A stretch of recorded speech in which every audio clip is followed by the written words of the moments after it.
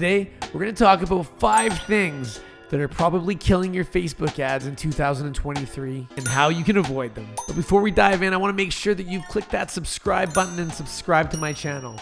It's like subscribing to a gym membership, except for you don't have to leave your house or put on pants. Let's get started.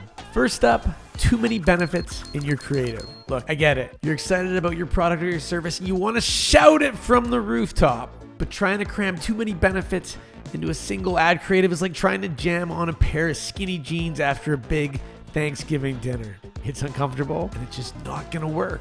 Instead, break down your ads into specific problems, symptoms, and emotional responses. Think of it like a choose your own adventure book.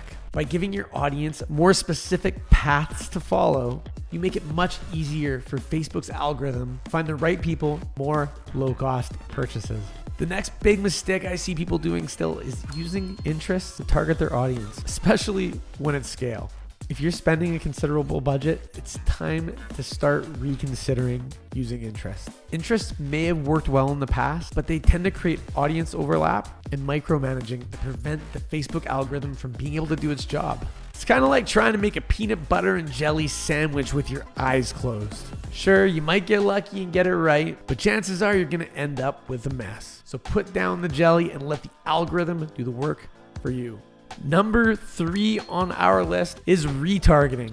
That's right, you heard me right. You don't need retargeting anymore, people. Facebook already understands your customer's journey and how to effectively target them. Instead, create retargeting creative that matches your problems, symptoms, and emotional responses you're creating ads for. Put them in your main campaign. It's kind of like hiring a personal assistant to do all the heavy lifting for you.